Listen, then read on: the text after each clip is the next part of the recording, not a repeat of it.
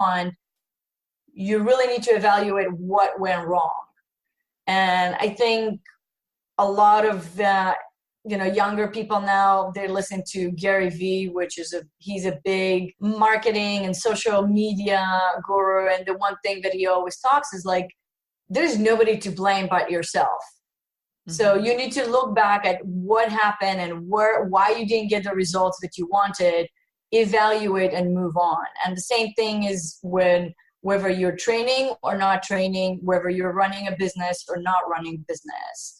And one of the interesting things that we learned in the conference was that most of the ladies that are in the high level management in their companies were athletes in their youth, and probably 90% of them are still working out, because I really am a true believer that we can fix a lot of our mental issues if people get worked out. I totally agree with you. I'm not sure if the percentage was 92 or 94% of women in C-level positions that had done sports in their youth. And so my big takeaway was, wow, we've really, and I think a lot of us that started later in life, our constant thing is, I wish we had started earlier. Right. And so getting the youth and the children and the next generation motivated about sports, because it does really relate to the rest of our lives, like you said. And we don't build businesses overnight, and you don't go from, sitting on the couch to running a triathlon overnight. And you've got to listen to your failures, learn from them, and move on to succeed. So it was just such a wonderful conference. It really had me pumped up, and we all need to watch more women's sports. That's what my other takeaway was. Yeah. And I think we're learning now that everybody's living, we live a little bit older, a little bit longer, that age is really nothing. I'm like, one of my biggest inspiration in triathlon is actually a Catholic nun, well known as the Tri Nun. It's a Sister Madonna, what's her last name? Bender? I forgot her last name. She started at the age of 48 when her, I don't know what you call it, the head of her church told her that she needs to find ways to chill out and get all her energy out. And she actually wasn't planning to be a triathlete. She wanted to qualify to the Boston Marathon, and then decided and just kind of started to work out on it. And of course, as being a nun, people looked at her like she's crazy.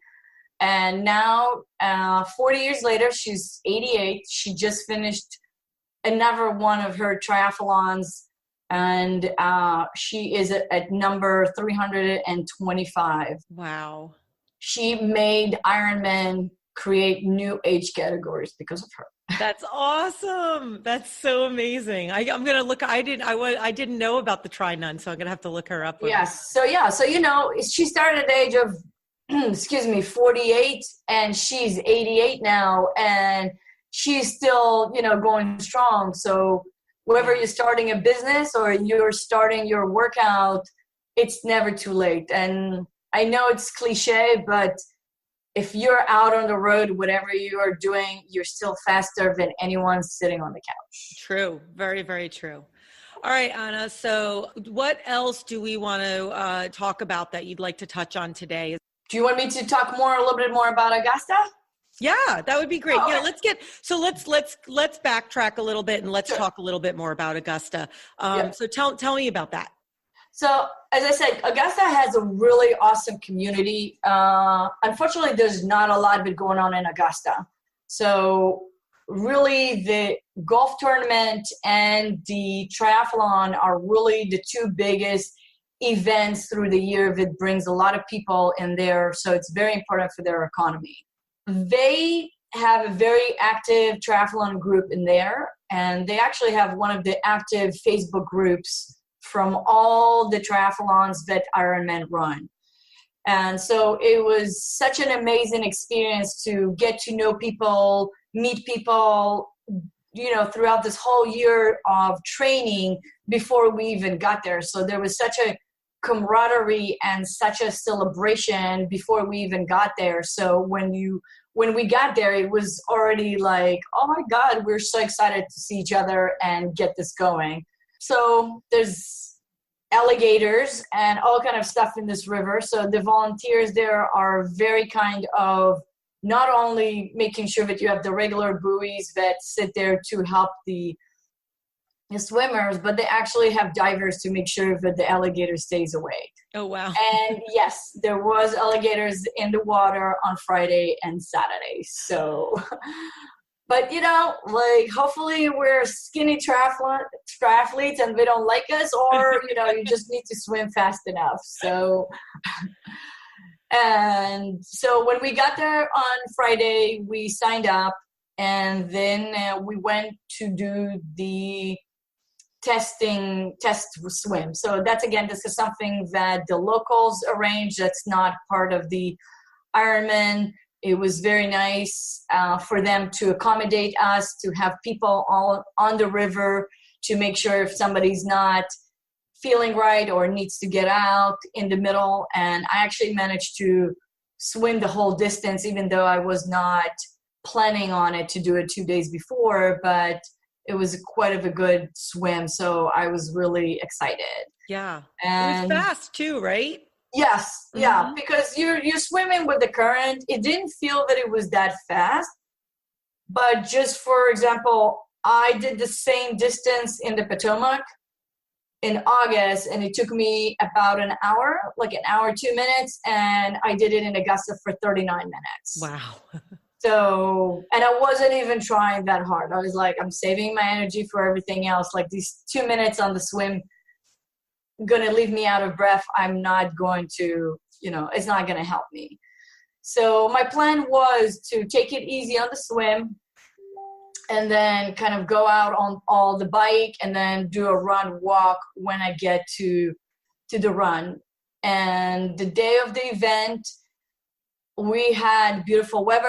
It was super hot. It was 95 degrees with like 65% humidity and not a lot of shade. So luckily, because of my swim time, we started on the earlier side. So the swim, as I said, was beautiful.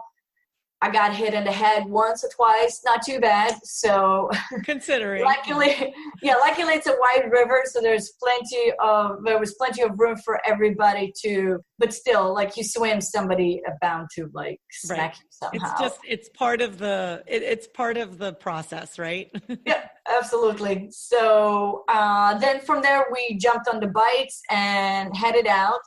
And whoever said that Augusta is a flat, fast course is just a liar. So the beginning, the first couple of miles, about the first 5 miles were flat. There was a lot of railroad crossings that you have to be very careful. Most of them were covered, but even so, you can see the graveyard of water bottles because people bounced off those railroads and the water bottles just bounced off. So every railroad crossing was literally a graveyard of water bottles that went flying off your bikes. There were definitely a few difficult climbs. And I think when I got to mile 40 or so, 45, I kind of like hit my wall.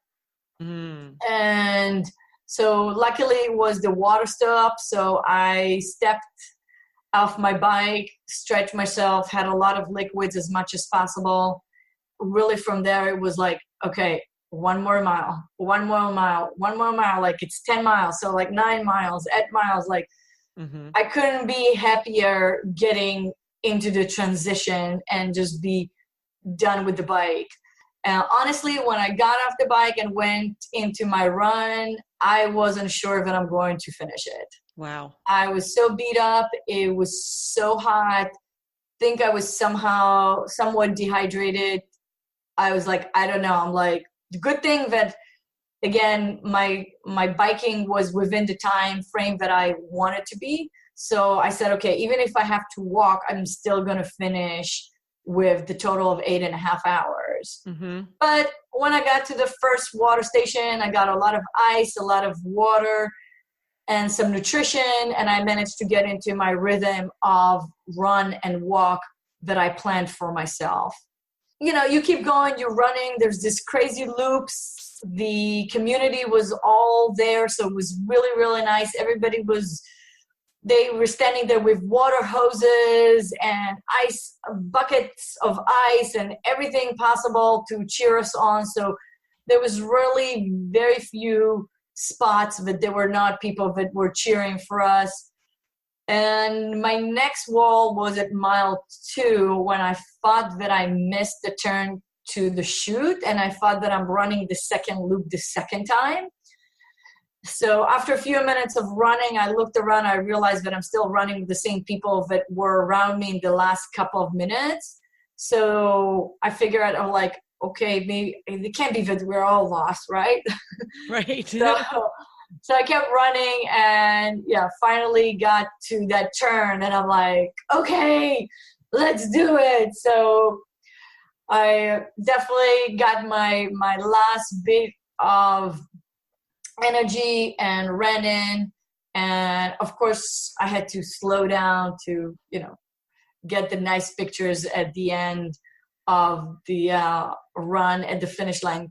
Because usually I just want to get these last few seconds. Yeah. So I have the most awful face at the finish line photos because I just sprint. So from the moment I see usually the first 50, 100 yard, I sprint like crazy. So when I get to the finish line, I have such a awful finish line effort photos because it's all this effort and energy in my head, in my face, that my friend kept reminding me, you need to slow down, do, this fake jog, kind of slow motion, right? Stop, make sure you get all the photos. A lot of things involved in triathlon, not just working out. Yes, your outfit needs to match, have to match your bike, you have to get photos in the end, That's right. All these important things. Yes. So overall it was a phenomenal experience. I think it was, for me at least, it was super, super important to get the massage from you before I left. Aww. As you know, my bike was not set up correctly a couple of weeks before that, and my neck was absolutely killing me. Knowing that I'm going to now have to sit in the van for over 9 hours, I needed to do something, and it was absolutely crucial to arrive really relaxed, feeling great to the race. So I really, really, really thank you. That was phenomenal. And I think that also helped with the fact that already Wednesday, I wasn't even feeling like anything happened on the weekend. So I was fully recovered and didn't feel like anything extreme happened to my body. But that's because all the preparation that I did before, the working out, the eating, the hydration, the massage, pretty much everything that really contributed to a fantastic recovery at the end. Because this is also an important thing. You don't want to be done and then now for a whole week you can't function. Right, exactly. Because you have to, like we talked about before, you're not just a triathlete. You are a triathlete, you're a mother, you're a business owner. So you've got to be able to get back into functioning. You want to do this so that it is a benefit to your life, not so that it's a detriment to your life. Right. Absolutely. Yeah. Absolutely.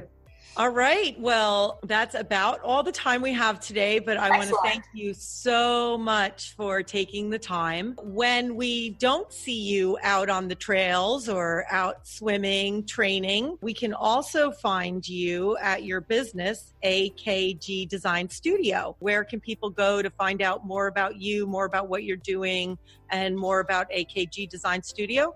Sure. So I'm a certified kitchen and bathroom designer. So it's kind of a niche of interior design.